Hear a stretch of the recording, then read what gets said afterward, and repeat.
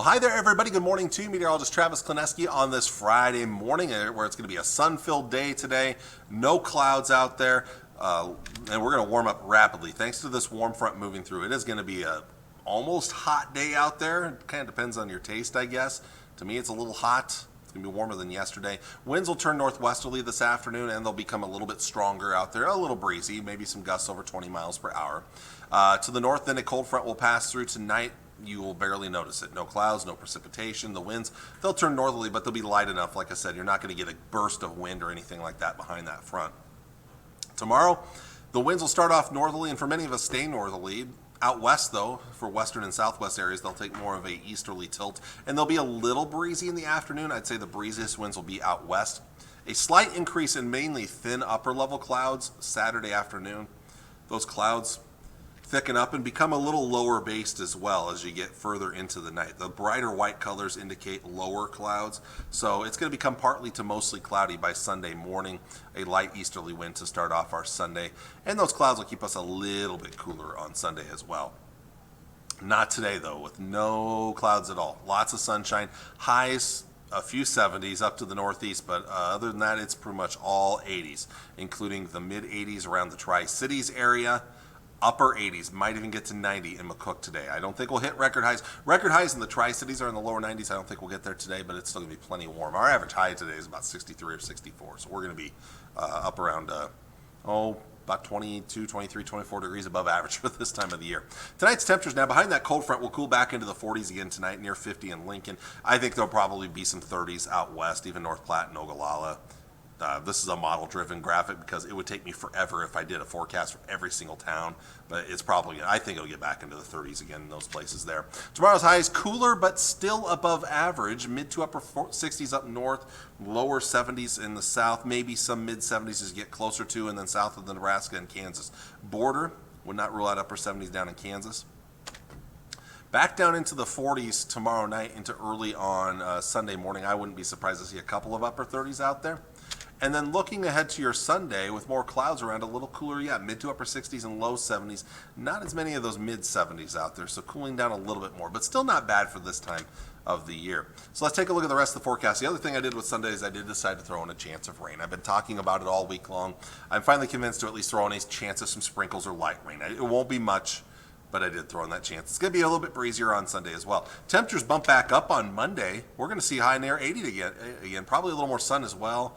Kind of back and forth between partly cloudy and mostly sunny. I think it could be mostly sunny.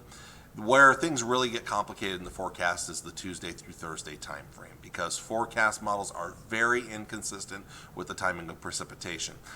A few days ago, they looked pretty consistent. Now they're all over the place. So the Tuesday through Thursday part of the forecast, it's kind of a stay tuned forecast, because this could certainly change.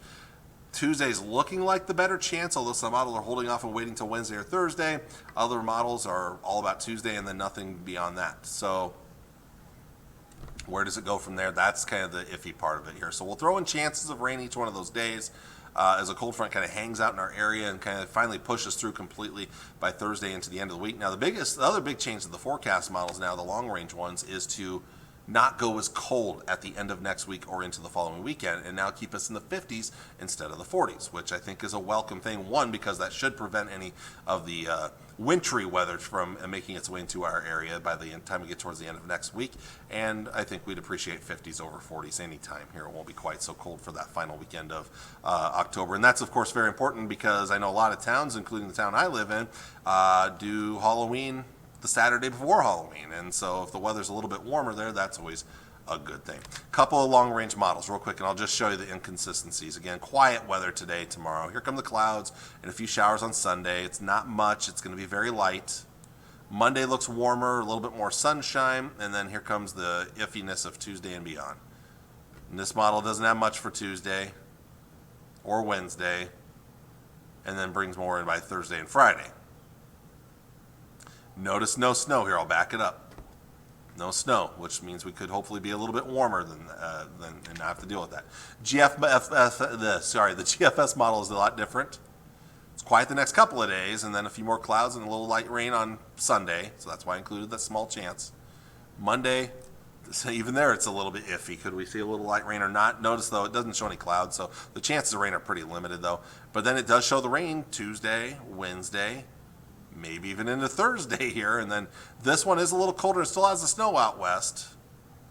So again, forecast models, and then down the road towards that following weekend could still be messy. So the GFS one is still the colder of the two models, which is drawing in the colder 40s, whereas the European model, which is the one my graphic right here, my 10-day forecast graphic, I think is going more off of the European model than it is the GFS model right now, and that's why it's keeping us in the 40s for the end of next week, or 50s in the end of next week and the following weekend.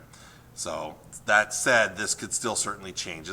This time frame right here, all this is still very much a fluid situation. Don't get too locked up into what all this stuff says right now, because there certainly is a lot of question marks beyond Sunday, really, here. So the next 3 days are pretty much set in stone. Beyond that, a lot of question marks. So thank you all for watching. I appreciate you all watching. I'll see you all again on Monday. Until then, have a great weekend.